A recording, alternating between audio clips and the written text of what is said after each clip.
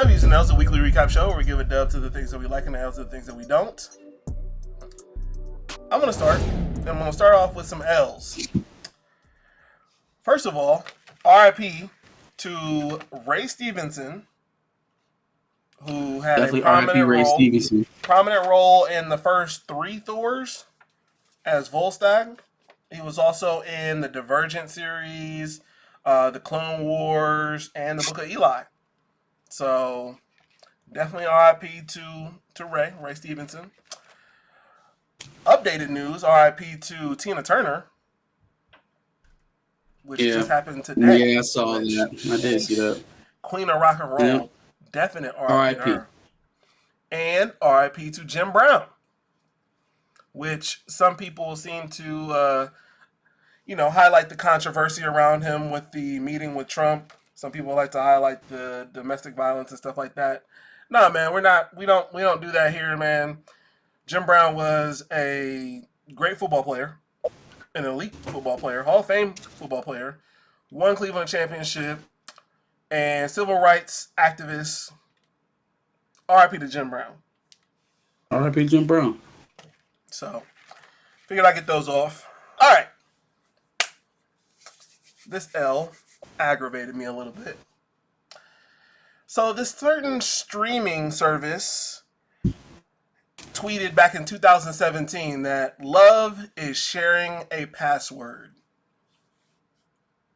Sounds pretty good, right? Seems like they had a nice.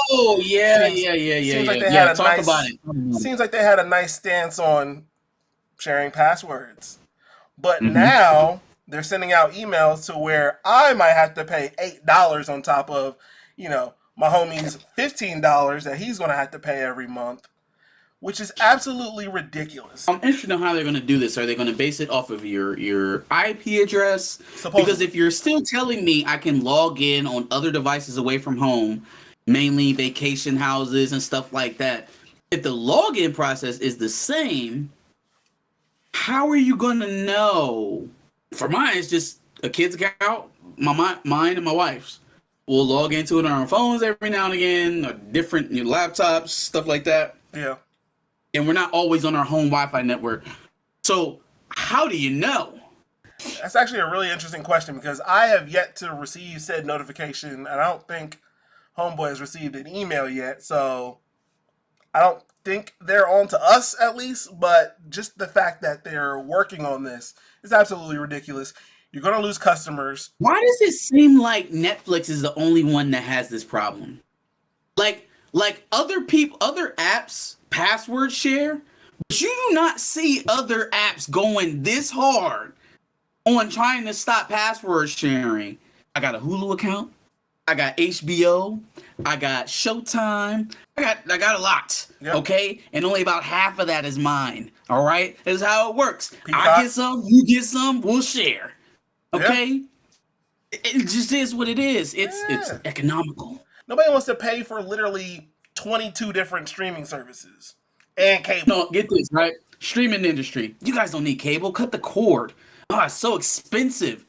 You can just get the streaming service for $20.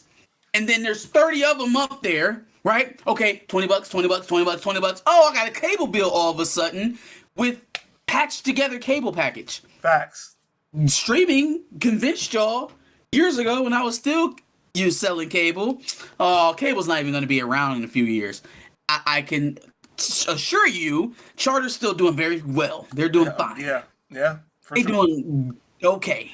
New innovations do a lot to try and guide people's mind as to where things are going to eventually end up, right? And when we broke into this streaming era, everybody was so sure that, okay, this is the end of everything. This is the end of physical media. This is the end of theaters. You still need those things. Yeah. And you can't completely replace it with streaming. And so Netflix is in this spot where like they're being the big bad parent in the room when no one else is. And it just doesn't feel like it's gonna go well, but I guess we'll see. So I guess based off of the fact that they've been doing this in Canada and Spain and Portugal and New Zealand, they feel like, oh yeah, we lose subscribers initially, but eventually they just come back. And it's just like, Netflix, if you think I won't find links for Love is Blind or Squid Game, you must be kidding. I'm going to find the links and I'm not coming back. I'm not paying your $8. Here's the thing, right? When you're making stuff like that, when we're going 6 months to a year before you have another smash hit, what's the appeal? Yeah. Why exactly am I going to pay my now $14.99 and then also another $8.99 for these additional? No. I mean, at that point, it's not even worth it no more. Let me try YouTube TV for a few months and see how I like it.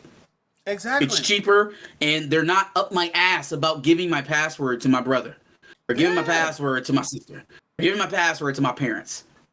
I'm paying you $14 to $20 a month for this service. The least you can do is let me share it with somebody. The least.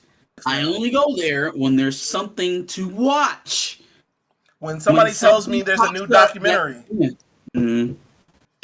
Like, oh, I gotta watch Worst Roommate Ever, or I gotta watch whatever the fuck, the Manti Te'o documentary. I'll go watch that and then not visit Netflix for another month or two.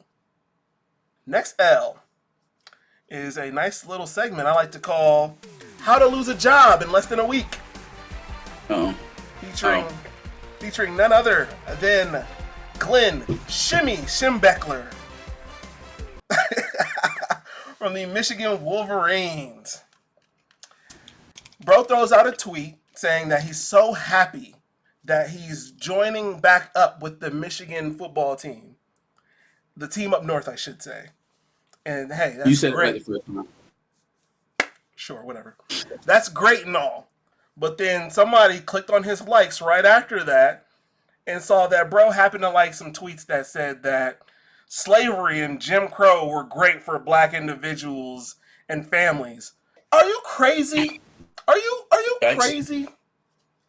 Are you dumb? Slavery was good for black people and families?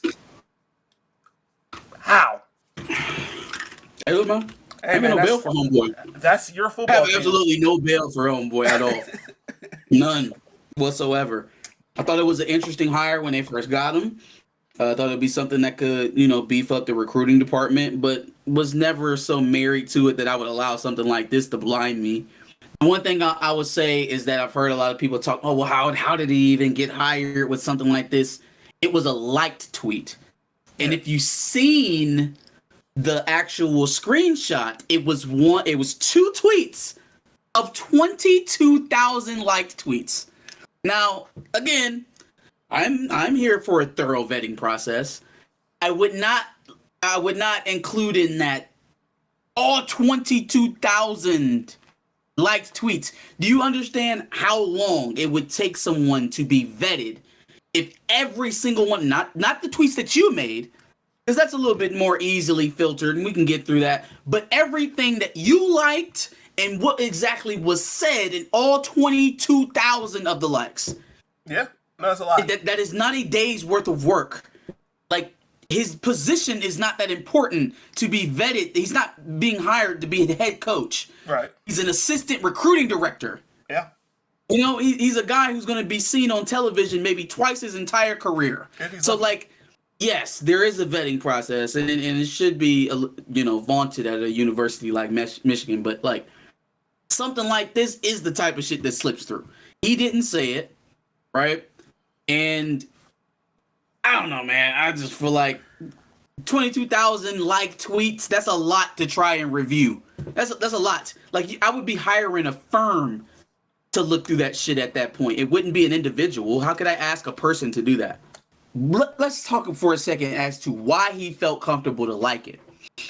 Who in the tweet, who were they referring to as to why, the person who was tweeting it, as to why they felt like that? Who were they studying? Did you catch who got their name dropped in the tweet? Dr. Soul, Dr. Thomas Sowell, the motivation and the shining star of one Candace Owens and his ideology. Yeah, Mr. Sowell, a black man with hyper-conservative values, yes, has some very interesting takes, some very skewed and jaded takes on Jim Crow and Reconstruction, but one of his more popular takes is that black people were better off in the immediate aftermath of slavery.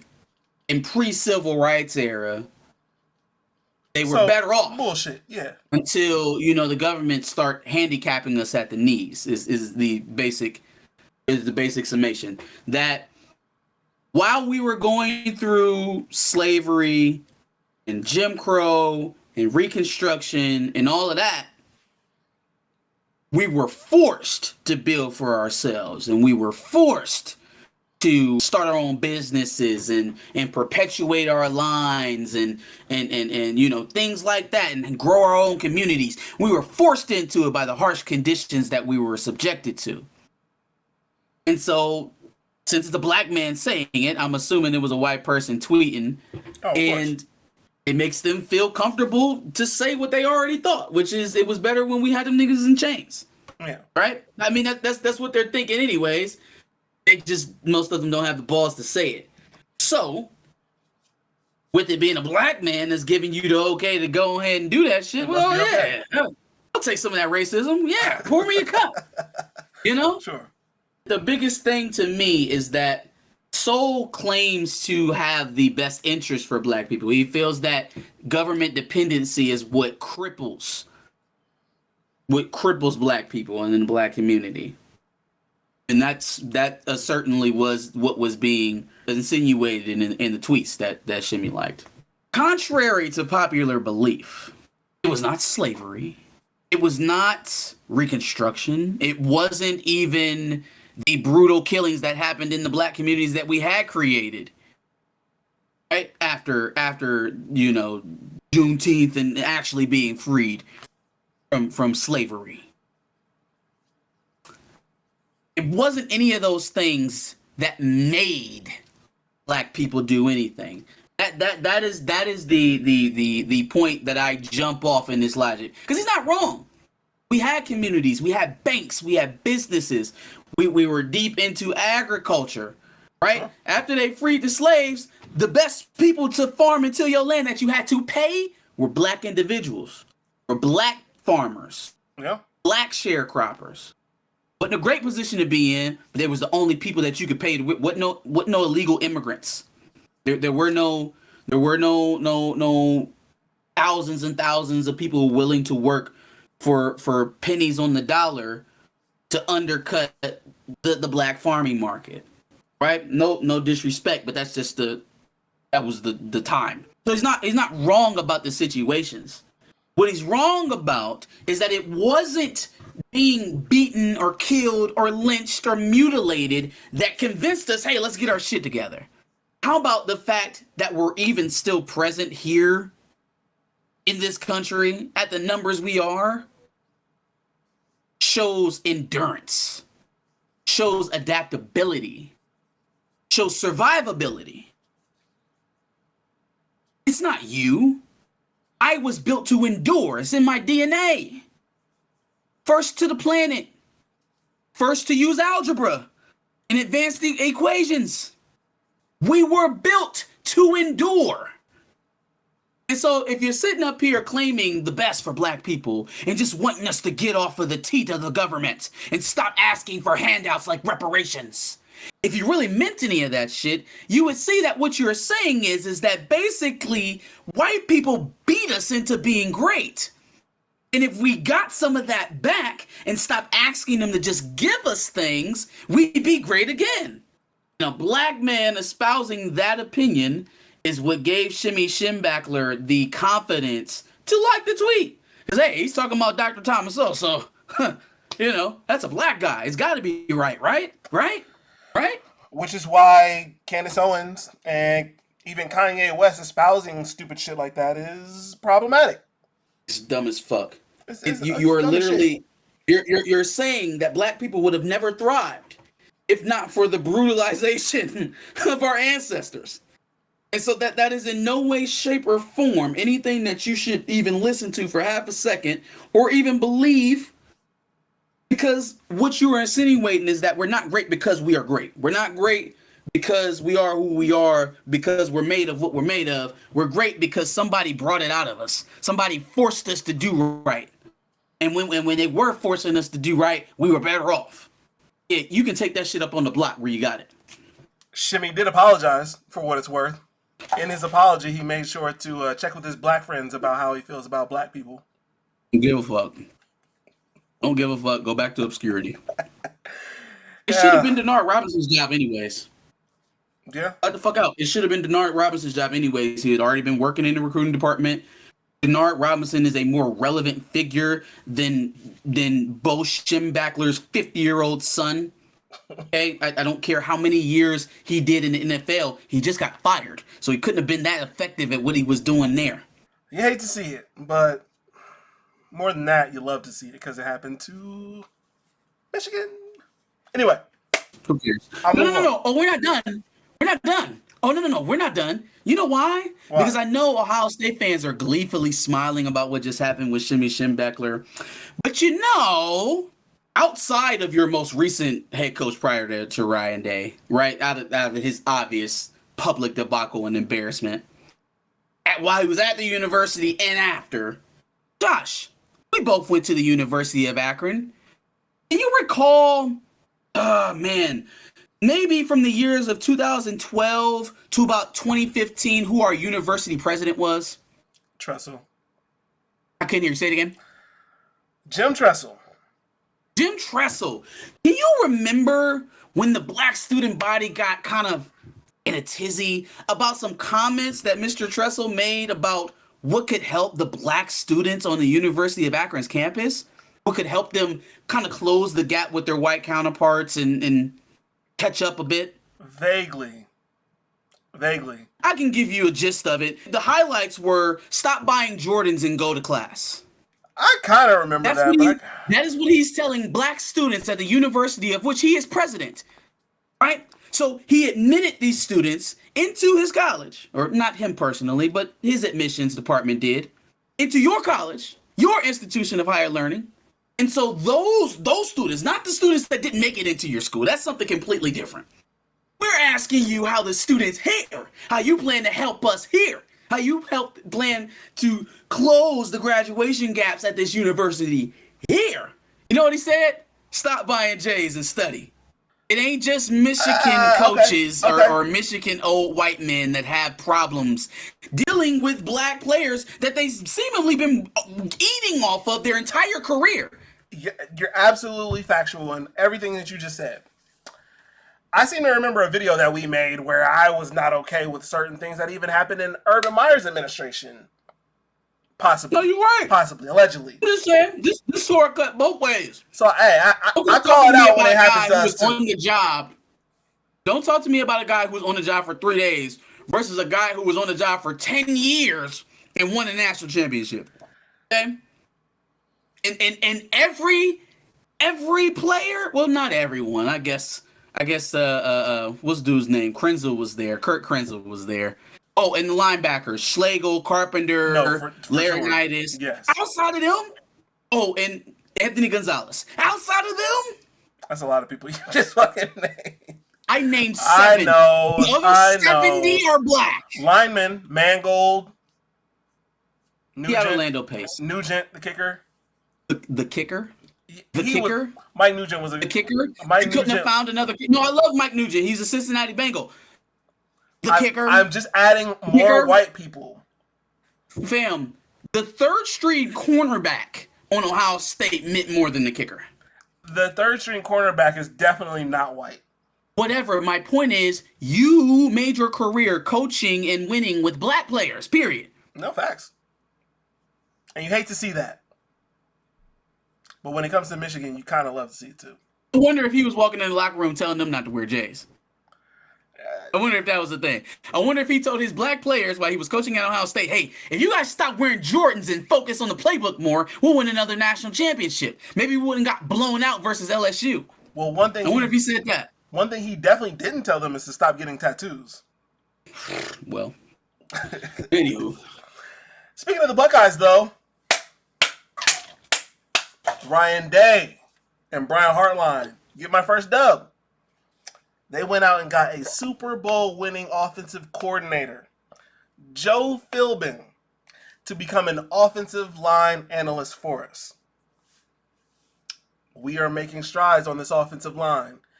Even if his position is somewhat smaller, we're making strides on this offensive line. We're trying to make it better. We're making personnel changes to make it better. I like this.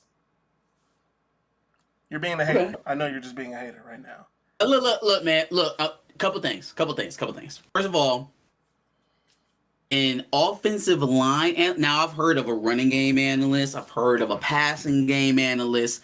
I've never heard of an analyst for a position group. Well, you know what? I'll take that back. Passing game analyst is usually your quarterbacks, right? They usually work with them. But outside of that, usually your analysts are either offense or defense. An analyst for a position that already has a position coach? Hey, Justin Fry. Hey, buddy. Listen, I don't know if you smell the blood in the water or see it, but Joe Philbin certainly does. Philbin certainly does. Because you don't bring in a position analyst for a position that already has a coach. Sure. Unless you feel like something's wrong. Sure. It smells like something needs to be fixed. It smells like desperation. Yeah, because that's one of our weaknesses right now. If we're going to be fair about it. Yikes. Got to fix up everything. Got to make sure everything's good so that we can score 100 against Michigan. That's never going to happen. Maybe not. Ship is sailed on that one, buddy. It might not, but we'll definitely score 42 and win the game. So that's perfectly fine with me. Hey, you ain't scored over 20. You haven't scored over 30 in the last 2 years. How you going to get to 40? How you going to get to 40? You're absolutely right. It's happening this year in Michigan, so look out for it. I understand you have to tell yourself that to get there, right? Because otherwise it's depressing. I understand. On that sunny day in November, just wait on it. Sunny day, 12 o'clock. Late November. Just wait on it. Anyway, on to my next dub. I'm giving a dub to Carmelo because he has retired. And so Congrats on a Hall of Fame career. Shout out to Carmelo. And he also bagged Lala. So, dub to you. He also lost her, though. You fumbled it. Yeah. We're going to give him a dub for bagging her. You got to give him an L for fumbling. That's fair. Twice. That's Two fair. times. That's fair. Now, this also brought up something, and I know you probably don't want to talk about it as much, considering recent events. LeBron, unfortunately, LeBron and the Lakers have recently lost their series. And the post game seemed to be all about LeBron's comments, in which he also said he's pondering retirement. Bron may have not went to college, but he definitely has a degree from the Kanye West School of Headline Chasing. 1,000%. Yeah. Wasn't the official word at the beginning of the season is I would really love to play with my son? Nigga, where did that go? Where did that shit go? Right out the window. Maybe reality is starting to set in about where Bronny's relative draft position will be and how long he'd have to wait for him to get there, how much he got left in the tank. I'm not going to lie to you, man. I enjoyed our playoff run because we got farther than I thought we would get, number one. But it was also tough because I'm trying to root for my team, right? I'm really trying to will my team to a lead, or to a win. And it's just so often I'm seeing things on the court that guys that I know see certain shit, won't talk about it, or they'll pivot to something more positive to kind of get off of it. And just what I've seen out of Mark Jackson in these playoffs, man, is that he's no longer the guy that's just going to tell it like it is. He's gone to the he's kind of gone to the Van Gundy school for broadcasting, and he knows where to massage and he knows where to criticize. And if you are anywhere above third on the pecking order on a roster, you're probably not going to get criticized all that much unless you don't play, unless you are hurt often, in which you're subject to being criticized. Guys like Ben Simmons or Kawhi Leonard or even Anthony Davis, like they're up for it. The shit that pisses me off though is watching LeBron be the worst. Not hyperbolic at all. Statistically, the worst 3-point shooter in the league in the playoffs, and him shooting 6 to 7 of them a night has been infuriating. But and I would expect an NBA coach, right, to just step up and say that. Like, just say it. Like, don't wait till he hits one in game 3 and then be like, all those people that was criticizing LeBron James about shooting these threes. Well, that's the same 3. It's the first one he hit, Mark. It's the first one he hit all series. What are you talking about? Are you seriously gloating? You gloating about 1 for 22 or whatever the hell he was at that point? You're gloating? Oh, you're right, Mark. You're right. Come on, man. Don't embarrass yourself like that. And it's funny because LeBron is a special breed, man. I think his story, where he came from, and how people have been connected to him basically his entire adult life has made them give him more cover than they would give any other professional athlete. Sure. When he started getting hurt towards the end of his career, and he was looking like he was slowing down, you didn't have a problem saying it. Like I would religiously hear on First Take on how bad of a 3-point shooter Kobe Bryant was, even though he was approaching 40 years old. Yeah. Even though he had clearly sustained some substantial injuries in the latter part of his career, and that had a lot to do with it. But all I heard was he's a terrible 3-point shooter now. Maybe the Lakers should trade him to the Knicks for picks. Right? We're watching LeBron go out here and he's giving us good stat lines, but it looks so laborsome getting them. If it's not a 3, it's a drive to the rim with the grandpa spin. And Denver just said we're not about to have that this game, and he had a little bit of trouble finishing, didn't he? Yeah. I mean, my man was wide open. He was trying to go up and under. How many times have you seen LeBron bring that thing back to his shoulder blade and throw it down? My man's lost it. Yeah, he can't at the end of the game. Same thing, game 4. We got the ball, right? We only need a bucket. Here we go. I'm driving. I get to the cup. I'm 2 feet away, and I got a hiccup. That's not the LeBron we know. No. He's definitely been affected. He's definitely been affected by injuries and different things like that, which we're not used to because it came so late in his career. Man. He's slowing down. And if this was any other player, we'd be entertaining, okay, let's talk to him and see what he wants to do.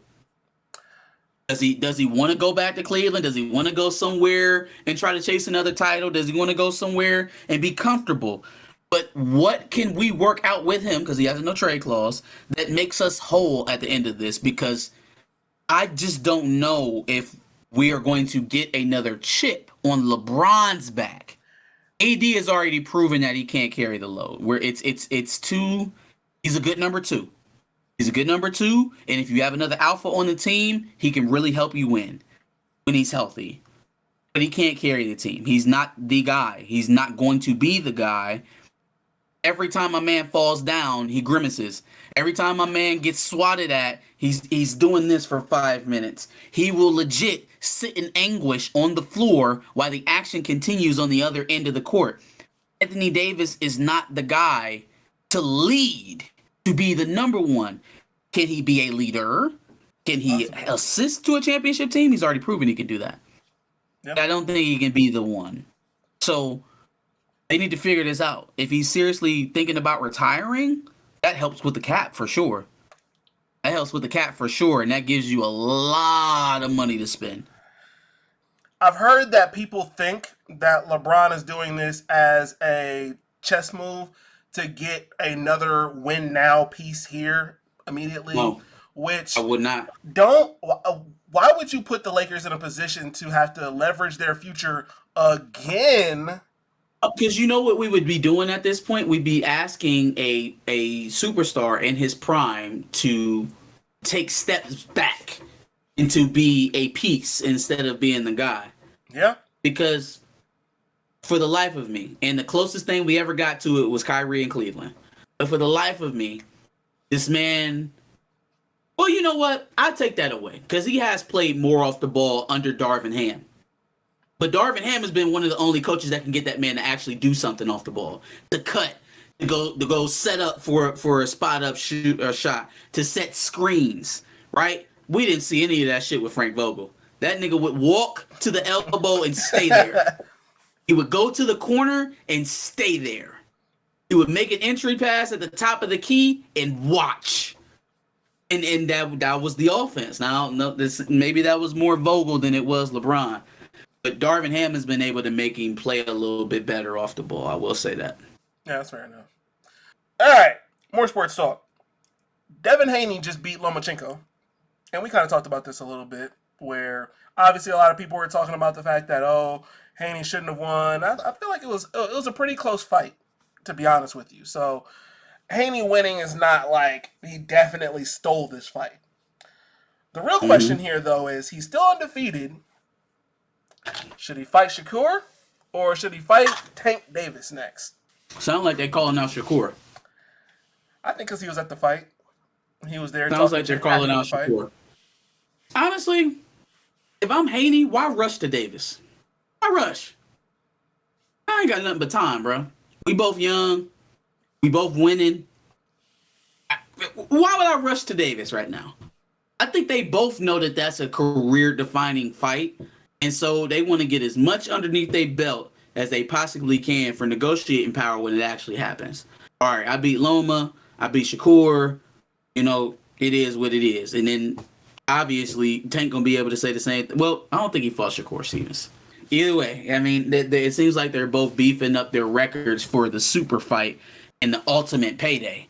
Why rush to Davis right now when there's still food left on the table? So then we're Floyd Pacquiaoing this thing.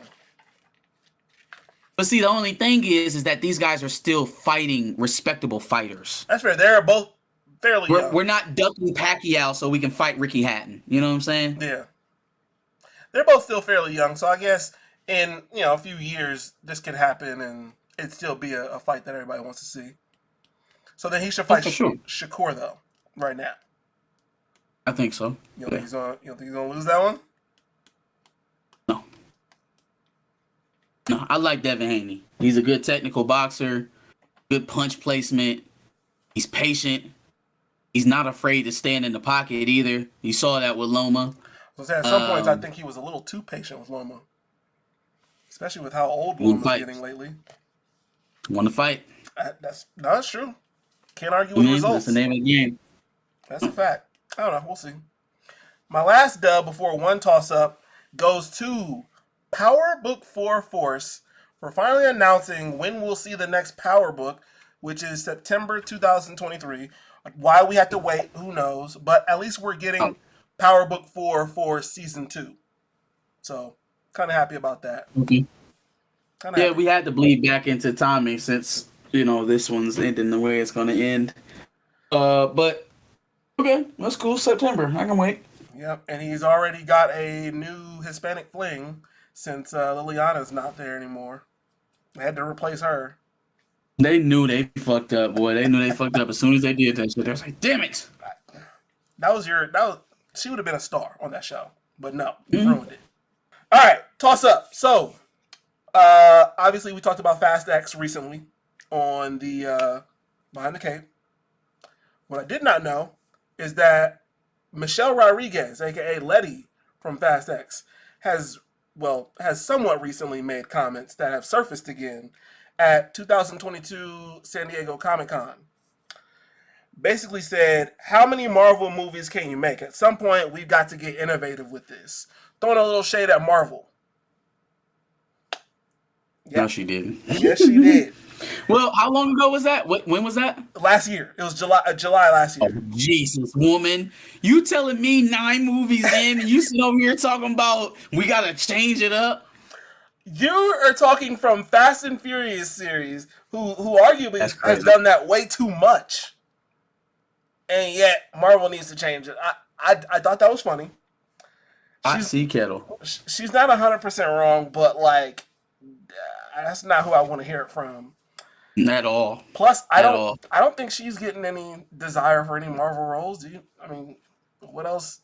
What else is there for her besides Fast I mean, X? there's something there if they want her, but it doesn't seem like, it seems like Fast and Furious is kind of it for her. You know what I mean? So like, Is that? Well, hold on. Let's examine this. Is that why they're able to keep their star-studded cast?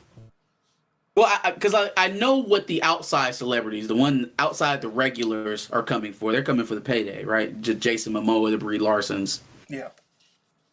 Are they able to convince Tyrese and Ludacris and Gal and all of them to keep coming back? Because, well, no, not Gal. Well, yeah, no, Gal now.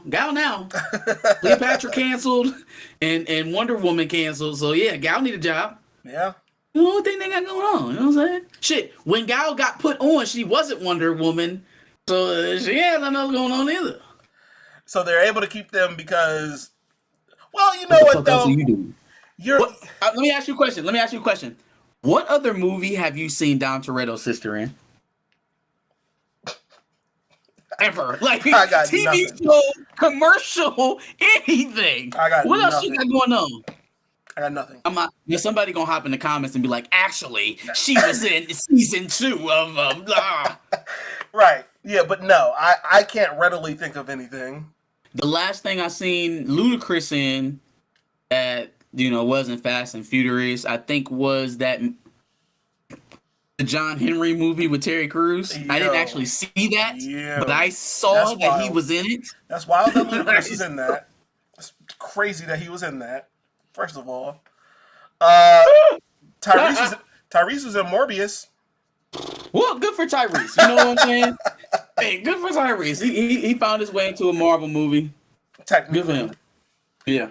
And obviously Dom is Groot. So boom, there you go. I'm Groot. I'm Groot. But that's who's doing all of the convincing though, is Vin. Yeah, like, oh no, for sure. But Jason, Bree, we're gonna make a lot of money. It's family. And then for everybody else, it's like, you're not doing shit else. Bring your ass to work. Facts. But I mean, they're making a decent buck from it, so it's not like it's a bad consolation. As long as y'all gonna keep watching Sharknado, they gonna keep making it. That's all I got. All right. I think I'm set. But I'm like very low on dubs. I feel like I need something else positive. First dub. Really quickly, we talked about football a lot, so I'm just kind of zoom through this one. Recently, we had an argument about Ohio State and Michigan recruiting. We were talking about number 1 running back in the state of Ohio, Jordan Marshall, being one of Michigan's latest signees.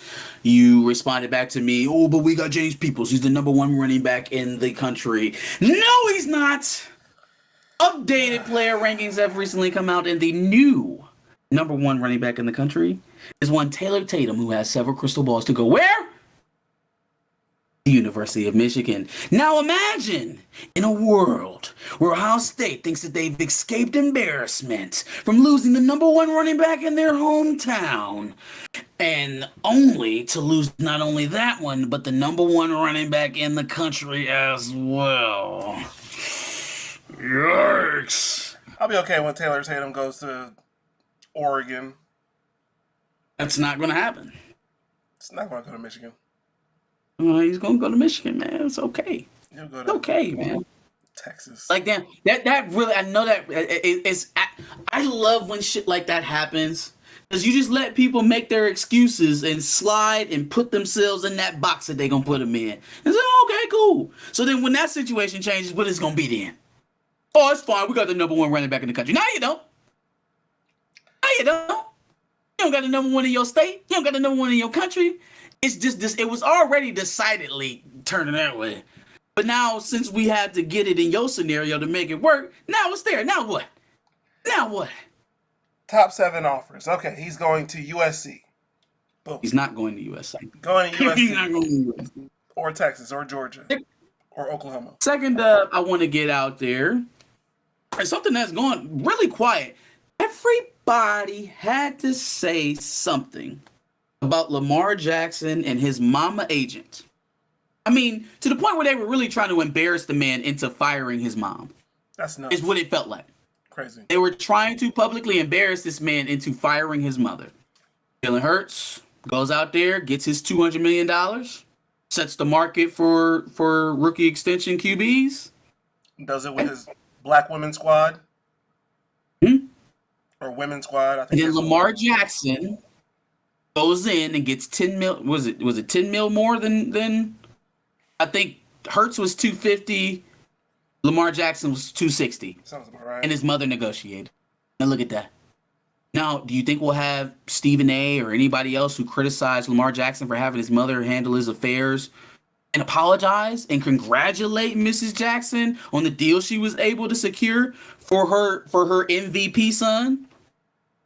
Do you think anybody's going to come back and congratulate it? And it wasn't just the big guys either. It wasn't just the big guys. It was some of the guys that do what we do, that were criticizing Lamar Jackson for having his mother, who didn't know anything about NFL contracts and has no negotiating skills and has no leverage and blah, blah, blah, blah, blah, blah, $260 million over 5 years. Highest paid quarterback in the league. If she can do it, why the fuck not? That's fucking stupid. Oh, also, Jalen Hurts, 255. Lamar Jackson, 255. 260. I'm sorry? You're going to apologize to that woman or no? No, it was just worth the sound bites when you were embarrassing her, but we for sure won't come back and correct what we said when we were wrong. L-List. Another one we haven't gotten to and that's been out for a couple of weeks, but definitely needs to be talked about. Brian McKnight is a piece of shit. Yeah. Brian McKnight is a humongous turd of a human being. And why his wife would ever allow him to do what he has done, I don't know. Why any woman would allow him to do that to her son, his son, but her son as well, I have no clue.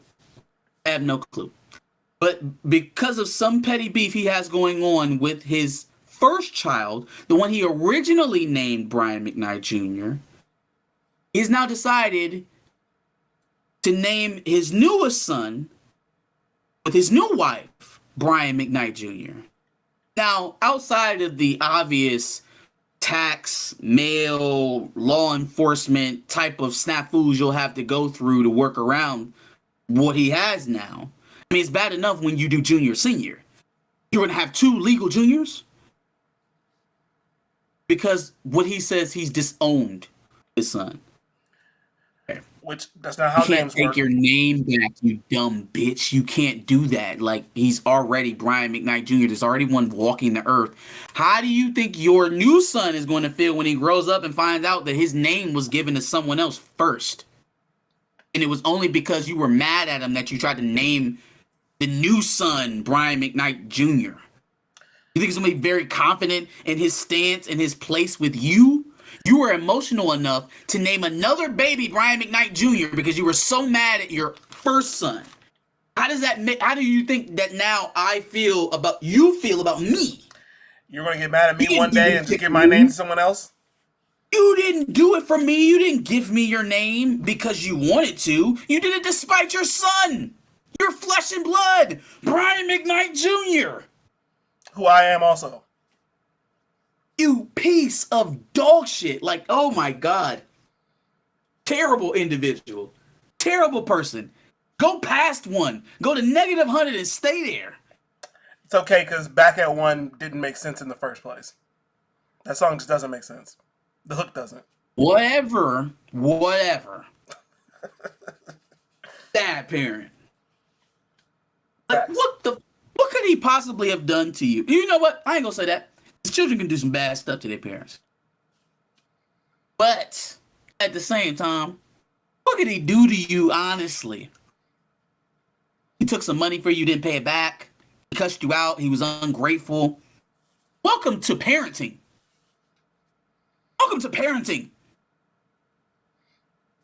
What could possibly warrant a disownment and a like a disavowance to the point where I'm going to give your name to someone else? It was one thing being Brian McKnight's son. It's another to have the literal legal name of another person you are related to. Well, George Foreman's kids have to deal with that too. Equally stupid. Did they ever explain what he did, or do we know? I never heard. God told him to name his kids George. No, I'm sorry. What Brian McKnight's son did that? No, I don't know. I have no fucking clue. I don't care. Like, because whatever you're going to tell me, you're going to work real hard to try to convince me that it's worth doing what you're doing. And I just don't see, even if you never wanted to talk to the boy again, Brian McKnight Jr. already exists, fam. You don't get to pretend that your kid doesn't exist. You don't want to talk to him no more. You don't want him around you in your house, around your family. That's your right. It doesn't sound great. That's your right. Sure. You can't make him not exist. And the fact that you would even make it try to be like that, like, yeah, I'm going to just start over. I'm going to recreate a new Brian Jr. You're not here anymore. Makes you a shitty person. All right, off of Brian McKnight. Oh. You know what? I'm going to leave that one for last. We're going to go to these next two. I get through this. Michael Wilbon's getting an L from me for the Ja Morant stuff. See, it was one thing with Kyrie Irving. Maybe you got some Jewish friends. Maybe you felt pressure from your employer to say outlandish things about Kyrie Irving. But now this is a pattern. A man I once respected as a journalist is showing himself to be one of those company men. Yeah. And it's upsetting. It is, because again, this is an intellectual that I legitimately respected in legacy media, which is not common. It's not common.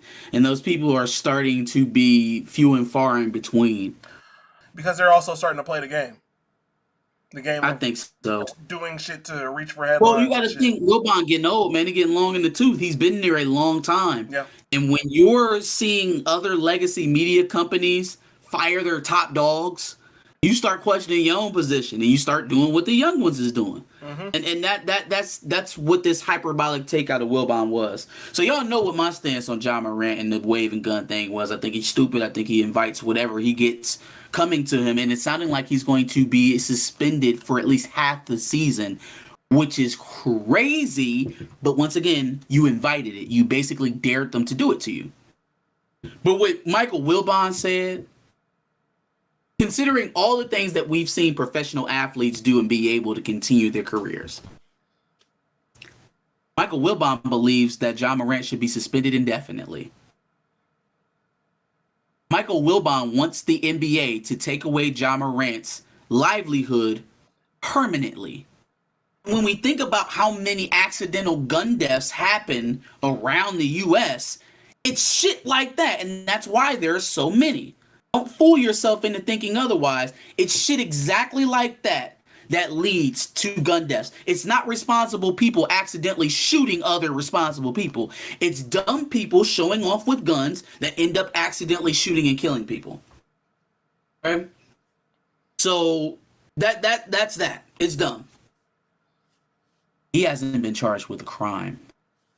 He didn't, in fact, hurt anyone or himself. You're telling me he should be suspended indefinitely?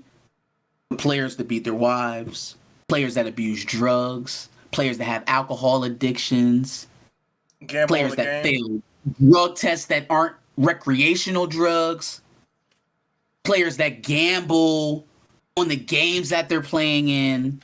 Now we talking outside of basketball. Now we talking football. We talking all kind of things, PEDs, all kind of stuff. That's the type of company we're putting in Ja Morant. Come on, man. Hey, look, bro. If that's what you got to do to stay on PTI, I'd rather not see you. I'll kick it with Tony Kornheiser and whoever else they got going on, because I don't need you no more, Mike. I needed you to be a voice of reason and to speak to these situations with these black athletes responsibly. You've chosen to do a complete 180 and go the opposite way. So he said that he wanted Ja to be suspended indefinitely. But then he also said that he won't be supporting Ja Morant at all either. He didn't want his son to buy his shoes or whatever. So literally, there's Fam, nothing for Ja Morant to do fam, anymore at this point. fuck your son's shoes. Okay? If you don't want him to watch Ja Morant, how about you tell him don't watch Ja Morant? But what you don't have to do, because you're upset that your son likes Ja Morant and you don't think he's the best role model, is say, suspend him indefinitely. He's poisoning my kids. How about you go eat a dick and raise your kid?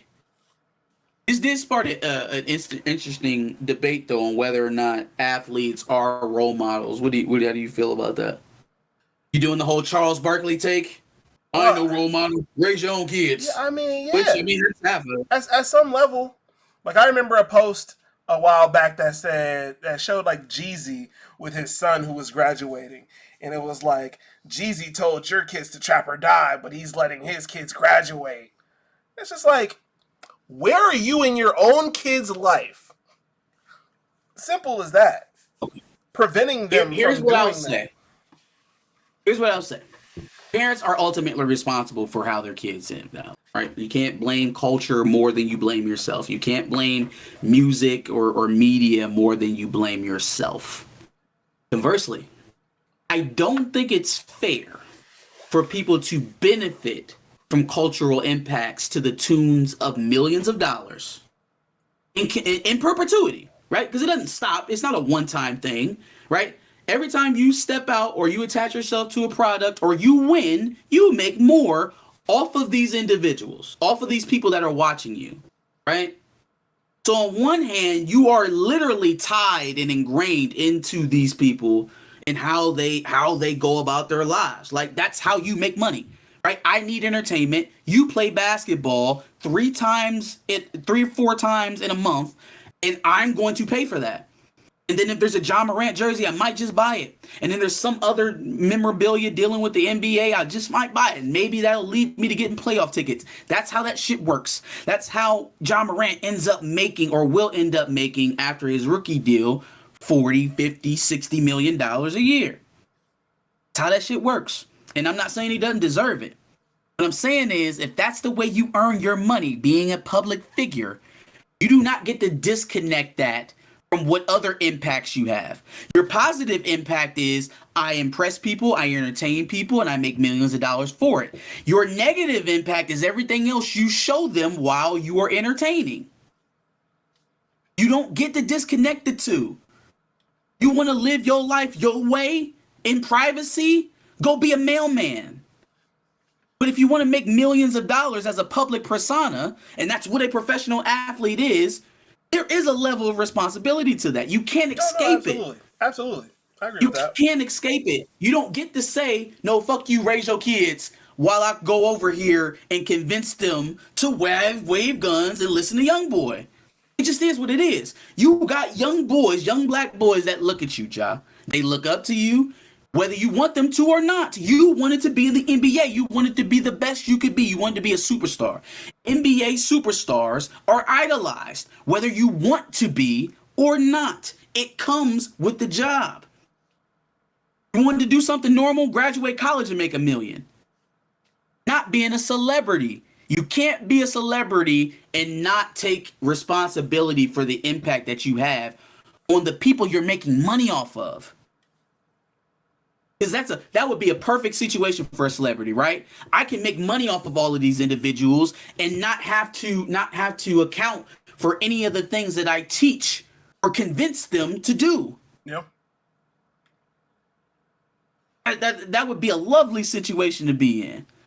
But if we're going to continue to pay these people, these entertainers, exorbitant amounts of money, more than we would ever pay a teacher, more than we would ever pay a garbage man, an electrician, or an HVAC tech, people who have empirical value to our lives. If we're going to continue to do that, the very least we could ask them is to be decent people. That's all. That's all. That's fair. Maybe when you're out in the public making that cash, and every time you're in the public, you are making that cash, you just act like a decent human. That's all. That's all. I'm not holding you to any standard that I'm not holding to anybody else I would cross on the street. I wouldn't expect to see none of my brother, cousin, anything like that doing that shit that Ja Morant was doing. I would cuss him out the same way I'm trying to cuss out Ja now because you're not thinking. You're not thinking. You're doing. So the criticism would be the same. It's just a little different now because that person makes $1 million off of all of us. That's fair. It's a fair assessment. Tyson Fury. You yellow belly coward. One day it's, y'all think Jon Jones could beat my ass? Not on his best day. I'm the baddest man on the planet, and it's not a man that can whoop me. Is what I heard. Okay. Is what I heard. Sounds like something Fury would say for sure. 2 days later, Mr. Jones, I just wanted to reiterate on what we were talking about. I can't get in the cage. Obviously, I'm not a cage fighter. Oh, Fury, bro, you pussy. Huh? You pussy. I thought you was the baddest man alive. I thought you was the baddest man alive. Nah. What happened? Nah. Where did he go? No. You somebody different. Where the baddest man alive go? Bring him back. Because that's what I want to see. I want to see Jon Jones and I want to see Tyson Fury. Mixed discipline. We going to go in the boxing ring and then we going to go to the octagon. Let's do it. Come on. That's what I want to see. Yeah, why not? And we can do it, in your hometown since you're not allowed in the U.S. no more. I'm sure John would love it. I'm sure he'd love it. And put on a little extra belly weight so he can match you. Oh, it's going to be perfect. And the first time he get your ass on the mat, he going to make you scream like a little girl. You going to start gurgling before you go to sleep. Before you hit one of these. Yep. And then he's going to do a line of coke and get out of there with his cash. Maybe. Anyways, we're not coming at John like that. All right. My last take. Oh man. Pretty big. If this isn't the best example or the best billboard for Chillmonger's crusade against race swapping, boy. So here I am, trying to give Disney a chance with Ariel, right? Because if you are a 10-year-old black girl growing up in America right now, you may or may not have ever seen the original Little Mermaid. And your first introduction to that story might have been from a black woman. Right, so yeah, I can understand how those feels can tug, and I can understand how it can have an impact on a young woman. Fuck Disney. You remember back in 2018 when they were marketing Black Panther to China, and someone's face was noticeably missing in the Chinese advertisements versus, bam, they done took it to a whole nother level with Halle Bailey. They're lightening her for Chinese advertisements. They will do anything to those Chinese posters. They made Homeboy smaller on the poster. They will alter us in any way. Yeah. To sell black product to China. They made John Boyega smaller on the Star Wars poster. Much smaller. Insignificant almost. Damn. Now, from that perspective, yeah, okay. If that's what it's going to be, now I don't personally think it has to be done like that. And I think there have been other instances where it wasn't. But in terms of how we are marketing these movies internationally, meaning if there's a country that's not too fond of blacks, we'll find a way around it. We'll work with you. Oh yeah, black guy. Oh man, if you don't need that, we can kind of put them back in the mask like the whole time, or we'll just put a little bleach over it and just lighten up that skin a bit. She can kind of look fair. Maybe she's a mixed black girl now. Is that a little bit more acceptable for you?